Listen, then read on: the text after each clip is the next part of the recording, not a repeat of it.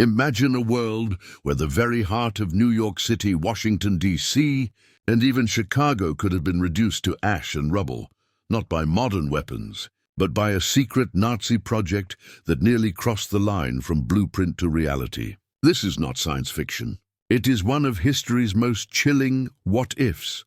The Nazi plan to build a long-range strategic bomber capable of crossing the Atlantic, the infamous Amerika Bomber. In the darkest years of World War II, while Allied cities burned under relentless air raids, a terrifying thought took root in Hitler's mind. If Britain and the Soviet Union could be struck, why not America? Why not bring the war to US soil, and with it terror, chaos, and potentially the collapse of Allied resolve? Behind closed doors, engineers, generals, and ideologues debated how to make the impossible possible. And in dusty archives, long-forgotten documents revealed just how close this nightmare came to being realized. Over the next hour, we will uncover the hidden story of this audacious project. We'll dive into the secret files, the prototypes that were built, the men who designed them, and the unthinkable missions they were meant to fly. From sleek, jet-powered concepts to massive flying fortresses, the Nazi dream of striking America from the sky was far more advanced and more dangerous than most people realize. Stay with us until the very end, because the truth of the Amerika Bomber project reveals not just Nazi ambition, but a haunting reminder of how fragile our world once was. If you're fascinated by the secret history of World War II, subscribe now and join us as we expose the Nazi Amerika Bomber project, an untold chapter that could have rewritten history forever. Word count 600, the year was 1942. Europe burned beneath the swastika, and the Reich stood at the height of its power. France was crushed, Britain was bombed but still unbroken. And deep in the east, millions of German soldiers drove into the Soviet Union. Yet even as German tanks rolled through Ukraine and the Afrika Korps fought in the desert sands, Adolf Hitler's eyes turned westward, across the vast Atlantic Ocean. For him, victory in Europe was not enough. To secure his empire, America had to be threatened, humbled, and ideally broken. Inside the halls of the Reich Chancellery, Hitler spoke of New York and Washington in fiery terms. These were not just cities.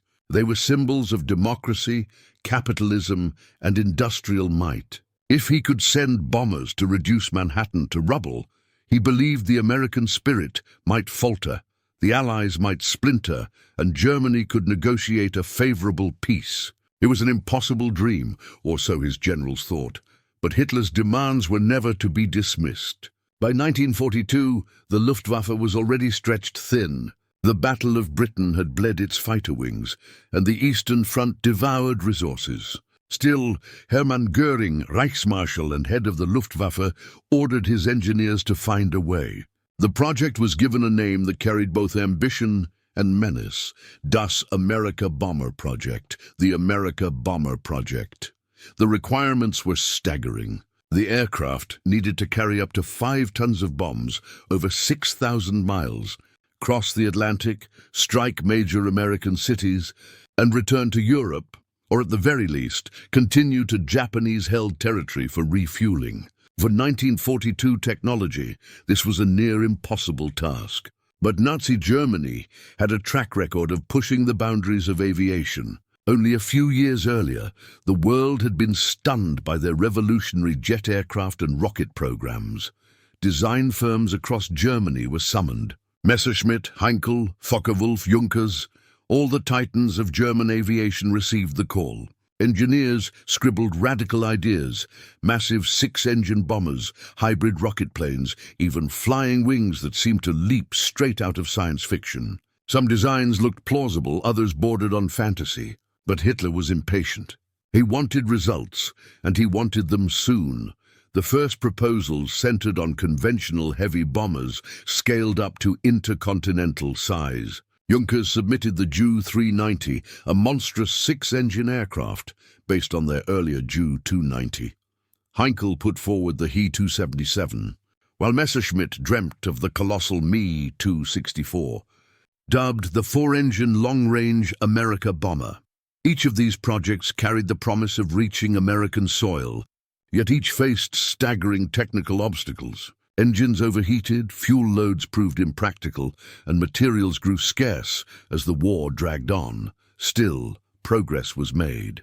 In February 1943, test flights of the Ju-390 reportedly took place, with one aircraft allegedly flying as far as the Azores. Some accounts, now debated by historians, claim a Ju-390 may have even approached within sight of the American coast before returning to Europe. Whether myth or reality, these stories were whispered among Allied intelligence circles, sowing a seed of fear. What if Hitler truly could strike the homeland? The Luftwaffe engineers worked feverishly, aware that failure meant disgrace, or worse. Behind the drafting boards, men quietly admitted the project was all but impossible. Yet no one dared say it outright. Hitler's fury was legendary, and Goering's appetite for prestige projects was insatiable. The Amerika Bomber became less of a practical weapon and more of a symbol of Nazi ambition, an iron fist meant to terrify across oceans. But in the shadows of the Reich, not all was going according to plan. Secret files began to reveal that the Amerika Bomber dream was splitting German aviation apart, draining resources from fighters desperately needed to defend the skies over Europe. The seeds of failure were already sown, and as Allied bombers prepared to strike deeper into the Reich than ever before, the Nazi vision of turning New York into a smoldering ruin collided with the harsh reality of war. Yet Hitler was not finished. His engineers were about to explore concepts that pushed beyond bombers altogether, toward machines that looked more like spacecraft than airplanes. Next, Chapter 2. The Jet-Powered Fantasies. Word count 600 by 1943. As the Allies tightened their grip on Europe, German aviation engineers began to realize that traditional bomber designs might never achieve the transatlantic dream. The sheer size of the required aircraft demanded more fuel, more engines, and more materials than the war-ravaged Reich could afford. Conventional propeller-driven bombers, no matter how ambitious, were too slow, too vulnerable, and too thirsty. But deep in the laboratories of Messerschmitt and Junkers, a new obsession emerged: jets and rockets. For years, German scientists had been quietly experimenting with turbojet engines, a technology that seemed like science fiction compared to the piston engines of the day. By 1944, the Messerschmitt Me 262, the world's first operational jet fighter, was already taking to the skies. Hitler had interfered, demanding it be used as a bomber instead of a pure interceptor, a decision that crippled its full potential. But the proof was undeniable. Jet propulsion offered speed and power the Allies could not yet match. If jets could be scaled to bomber size, the Amerika Bomber dream might leap from fantasy into reality. Messerschmitt engineers proposed the Me 264B Amerika variant with hybrid jet engines. Hinkel went further, sketching out radical designs like the He 277 with turbojet assistance. Yet the most daring ideas came from the drawing boards of the visionary, some said eccentric, engineer Alexander Lippisch. His designs featured tailless, swept-wing aircraft, precursors to what we now recognize as stealth bombers. Lippisch's P-13A concept envisioned a ramjet-powered flying wing capable of incredible speed. To fuel it, he even proposed using powdered coal, a desperate measure reflecting Germany's collapsing oil supplies. These designs pushed the limits of imagination. Some looked like sleek arrows, others like menacing black triangles. None had ever flown, but in the minds of Nazi planners they represented salvation. If a jet-powered Amerika Bomber could cross the Atlantic at high speed, it might evade Allied defenses and strike New York or Washington before anyone could react. Yet there was another path, one even more audacious. German scientists working under the famed engineer Eugen Senger developed the Silbervogel, or Silver Bird. This was not merely a bomber. It was, in essence, a spaceplane. The design called for a rocket-powered launch sled that would hurl the craft down a track, propelling it to supersonic speed. From there, the Silver Bird would skip along the edge of the Earth's atmosphere, bouncing off its curvature like a stone skimming across water. With each skip, it would travel thousands of miles, able to reach New York, drop its payload, and continue around the globe before landing in Japanese territory. To modern eyes, the Silbervogel looks astonishingly like the space shuttle, decades ahead of its time. But in 1943, it was a dream that consumed resources Germany didn't have. The materials required to withstand the heat of atmospheric skipping didn't exist. The rocket sled, hundreds of meters long, would have been an engineering marvel on its own. And yet the project was taken seriously enough that Allied intelligence later recovered the blueprints. What they found shocked American and Soviet scientists alike. Though no prototype was ever built, the Silbervogel revealed the terrifying scope of Nazi ambition. It wasn't enough to conquer Europe.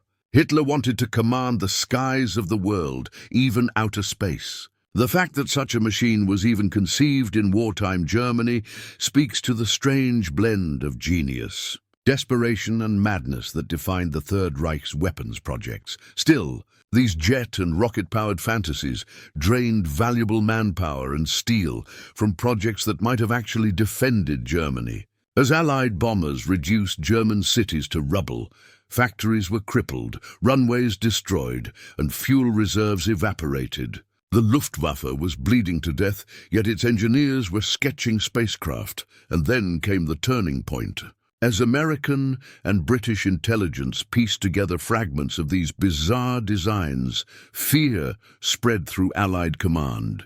Could the Nazis actually be hiding a superweapon capable of reaching American soil? The question was no longer dismissed as paranoia. Rumors of long-range test flights and mystery aircraft sightings circulated in intelligence cables. The possibility of a German strike on the U.S. homeland had to be considered, but the truth was murkier, buried in secrecy and propaganda.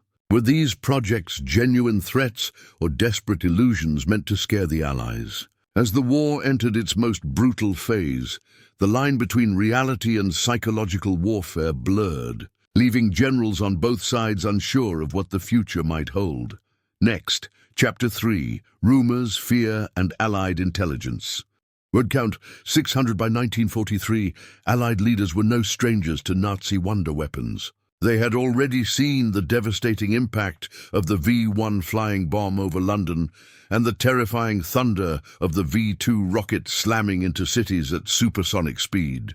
But as the Amerika Bomber project lingered in shadows, whispers of something even more ominous began to circulate. Could Hitler really strike the American homeland? The rumors were like sparks in dry tinder, igniting fear in intelligence circles. Reports surfaced of enormous aircraft spotted in northern Germany, prototypes with wingspans dwarfing anything the Allies possessed. In Portugal and Spain, civilians claimed to have seen strange planes flying unusually far out over the Atlantic. Some said German submarines were operating not just as wolf packs, but as navigational beacons for long-range bombers. And then came the most unsettling claim, that a Ju-390 had flown within sight of the American coast, perhaps even as far as New York, before turning back.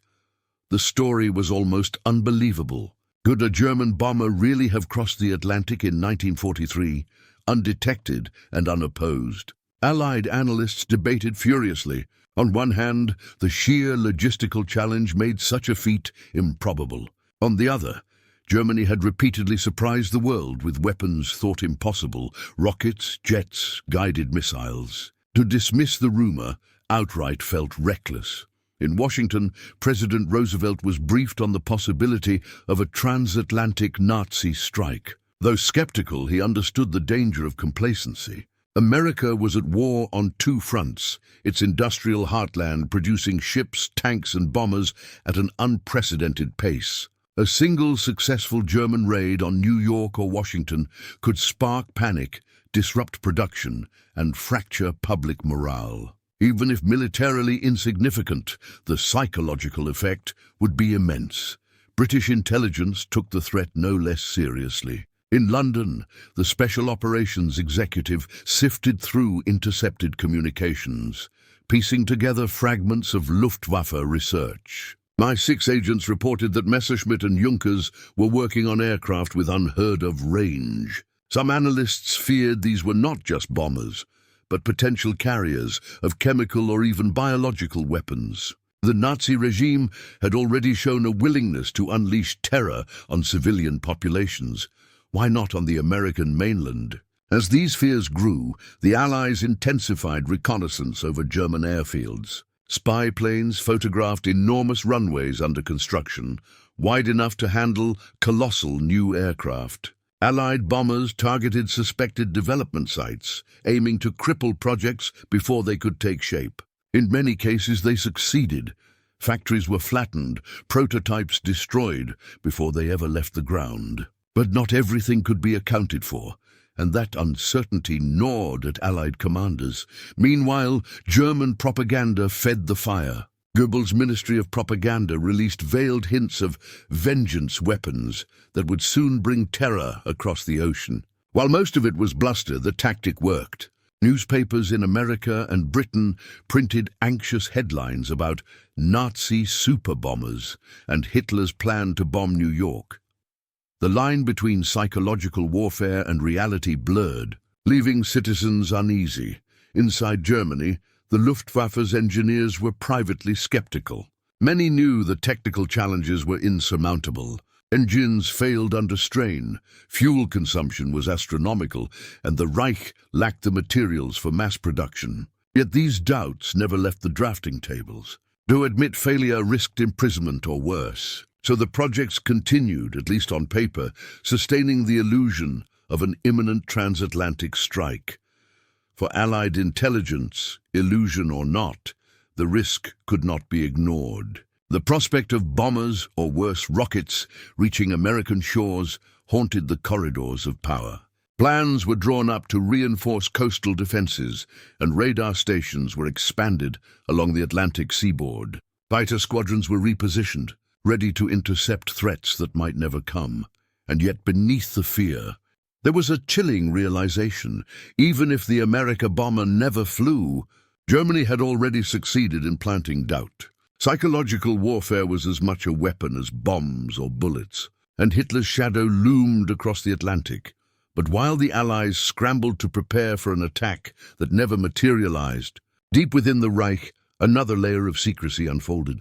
The Amerika Bomber project was no longer just about reaching America. It was entangled with Germany's darkest ambitions, hinting at missions far more catastrophic than dropping conventional bombs. Next, Chapter 4, The Nuclear Question.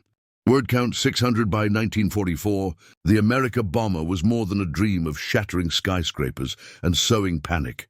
It had become entangled with the most destructive possibility of all, nuclear weapons. The idea of a transatlantic strike was terrifying enough, but in the darkest corridors of the Reich, planners whispered about missions that could unleash devastation far beyond conventional bombing. At the time, the Nazi nuclear program was shrouded in both ambition and dysfunction. Germany had some of the greatest scientific minds of the century, Werner Heisenberg, Otto Hahn, and others. But its atomic research was fragmented, underfunded, and sabotaged by bureaucracy. Unlike the Manhattan Project, which united thousands of scientists under a single coordinated effort, the German program suffered from political interference and competing agendas. Yet the Allies did not know this. To them, the possibility that Hitler might be developing an atomic bomb was all too real.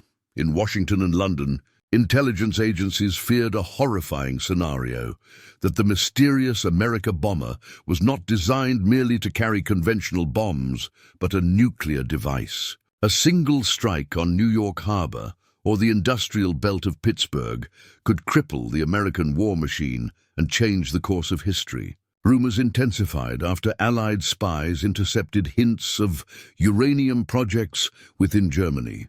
Though the reality was that the Nazis were far behind, fear magnified every scrap of evidence.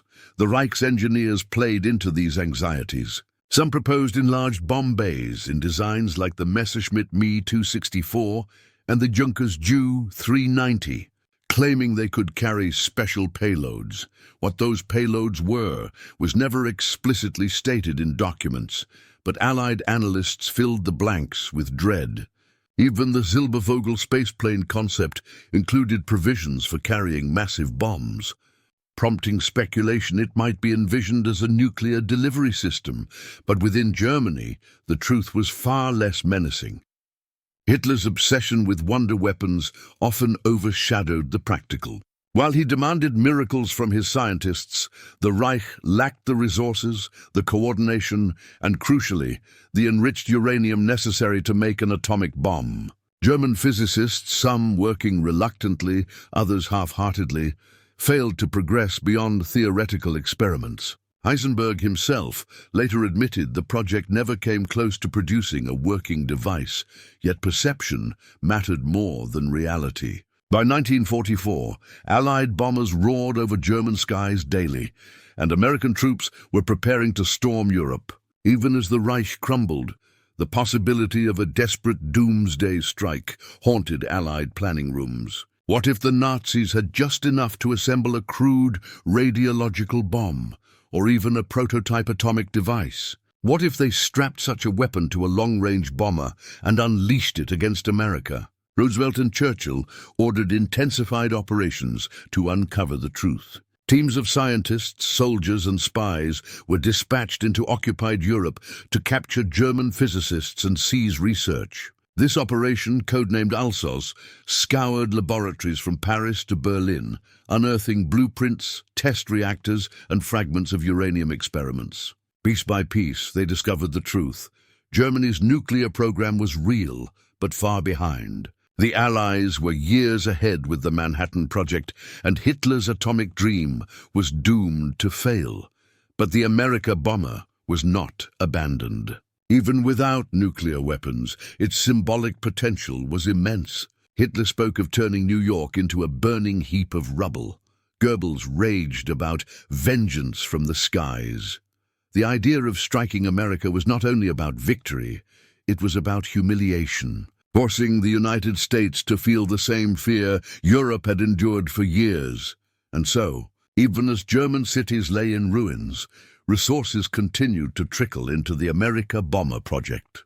Engineers toiled in desperation, clinging to designs that would never fly. For the men in the drafting rooms, the project became less about engineering and more about survival. To admit its futility was to invite ruin, but time was running out. Allied troops had landed in Normandy. The Red Army was advancing from the east, and the Reich's days were numbered. In the chaos of Germany's collapse, the Amerika Bomber dream would take a final, desperate twist, one that would live on not in Germany, but in the hands of her enemies. Next, Chapter 5, Captured Secrets and the Race for the Future. Word count, 600. The final year of the war was chaos. Germany was collapsing on all fronts, yet inside hidden bunkers and factories, the Reich's engineers worked feverishly on designs that no longer had any hope of saving the regime. As American tanks pushed into Western Germany and Soviet armies thundered toward Berlin, the Amerika Bomber project was quietly abandoned, not because the vision had died, but because the Reich itself was disintegrating. But what became of the prototypes, the blueprints, and the men who had labored to bring this nightmare to life? That story is as revealing as the project itself. As Allied troops advanced, a secret race unfolded to seize Germany's technological treasures before they could be destroyed or fall into enemy hands. This was not just about aircraft, it was about the future of warfare. Whoever controlled German science would shape the post-war world. The Amerika Bomber, with its radical concepts of flying wings, spaceplanes, and intercontinental jets, was a prize too valuable to ignore. American forces launched Operation Paperclip, a covert mission to capture German scientists and their research. Under its banner, thousands of documents, designs, and prototypes were gathered up.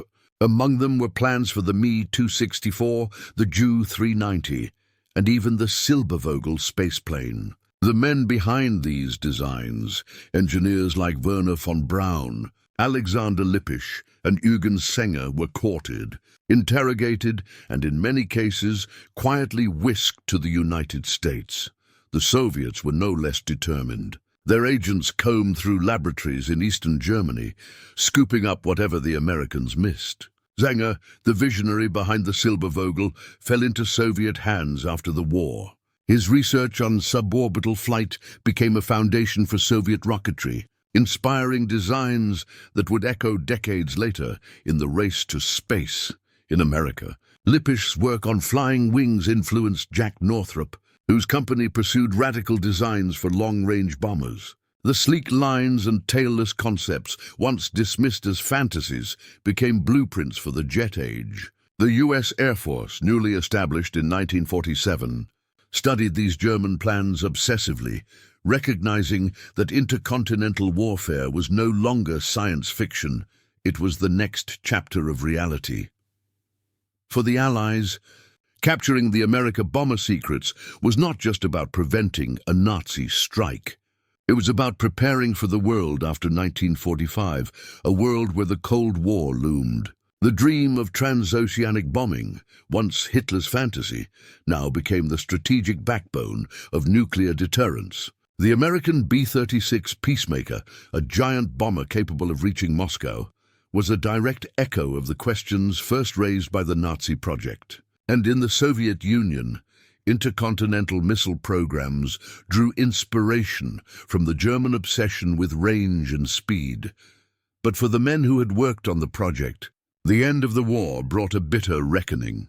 Some were quietly absorbed into Allied programs, their pasts whitewashed in exchange for expertise. Others faced tribunals, accused of fueling Hitler's destructive ambitions.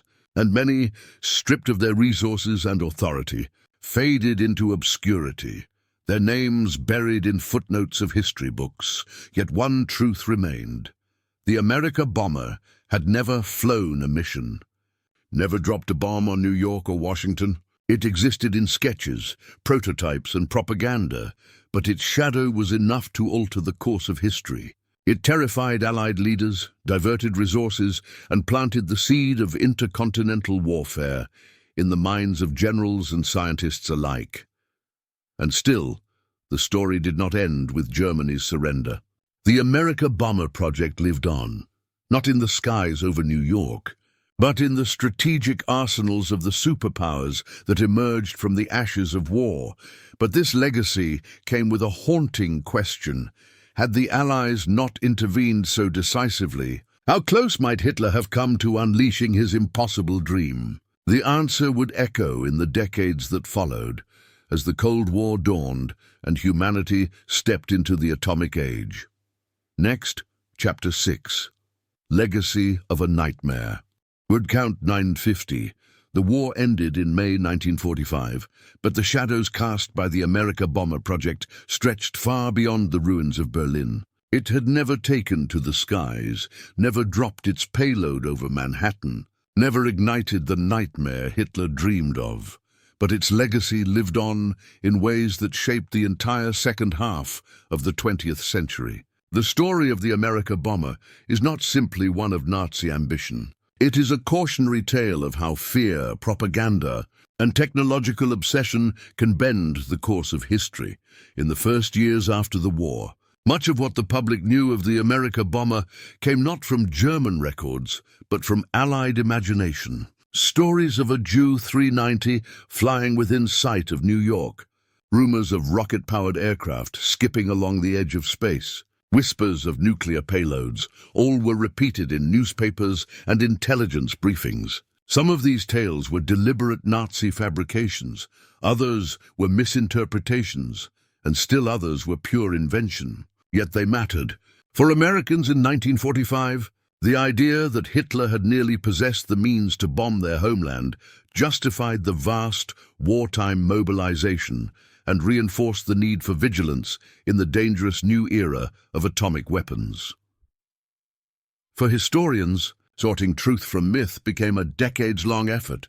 The technical records recovered under Operation Paperclip revealed that many of the Amerika Bomber designs were indeed real, though far from operational. The Me-264 flew, but only in limited tests. The Ju-390 may have performed long-range trials, but the claim of a transatlantic flight remains unproven. The Silbervogel spaceplane was a breathtaking concept, but no more than that. A design years, if not decades, beyond the materials and physics of its time. And as for the nuclear payloads, they were more fantasy than reality. The Reich never came close to developing an atomic bomb, yet even unfinished, the Amerika Bomber left a profound impact. Its designs were studied closely by both American and Soviet engineers.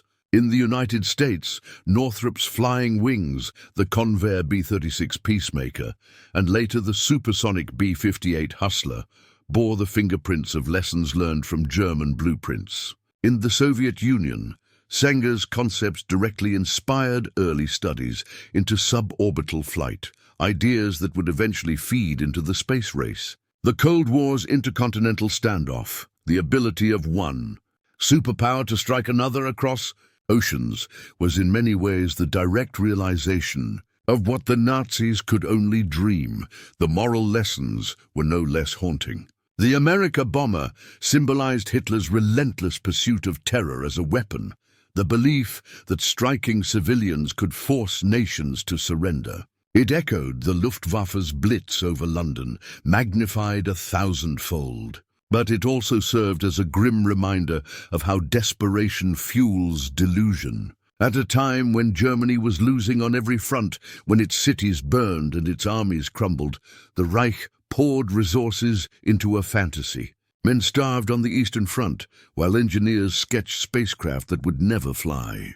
Soldiers lacked fuel and ammunition, while Goering entertained designs of 6-engine bombers capable of reaching America.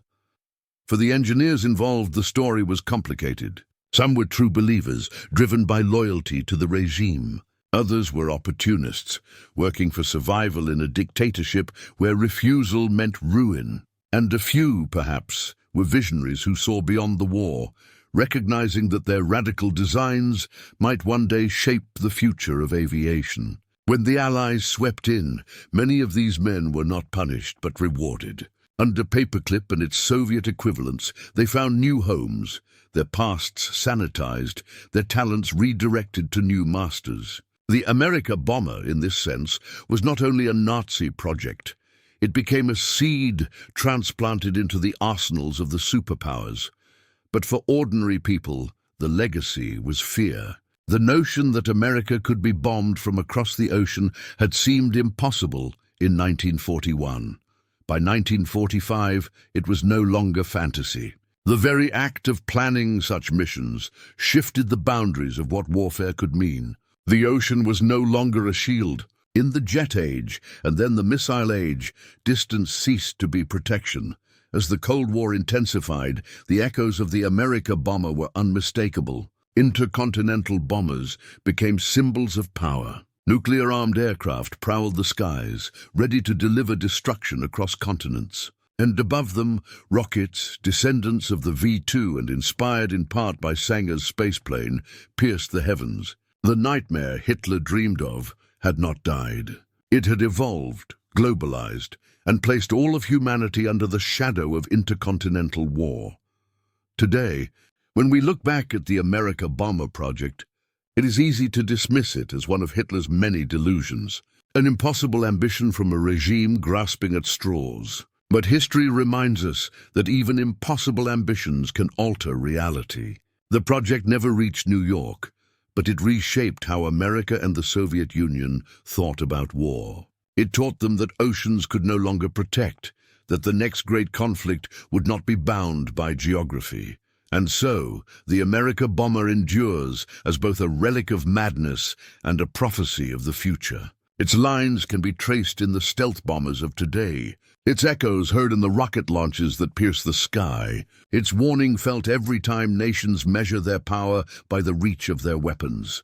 The question remains, had Hitler's Reich possessed more time, more resources? Could the Amerika Bomber have truly flown? Or was it always destined to remain a phantom, a nightmare that terrified without ever materializing? Perhaps we will never know, but the story leaves us with a sobering truth. That ambition, unchecked by morality, can drive nations to pursue horrors that linger long after the dictators who dreamed them are gone. If you've stayed with us through this journey into forgotten files and chilling possibilities, we invite you to reflect. What lessons should we carry from the Amerika Bomber project? Was it a cautionary tale of wasted ambition, or a warning of how close humanity has come time and again to its own destruction? Share your thoughts in the comments below. And if you want to uncover more hidden histories, more stories buried in secrecy and fear, subscribe to our channel. Because history, as we've seen, is not just the past, it is the shadow that shapes our future. Thank you for watching. If this story gripped you, don't forget to hit subscribe and turn on the bell so you never miss the hidden chapters of history we uncover. Leave a comment with your thoughts on the Amerika Bomber project. Was it a doomed fantasy or a terrifying glimpse of what might have been? Until next time, remember, history's shadows are never as far away as we think.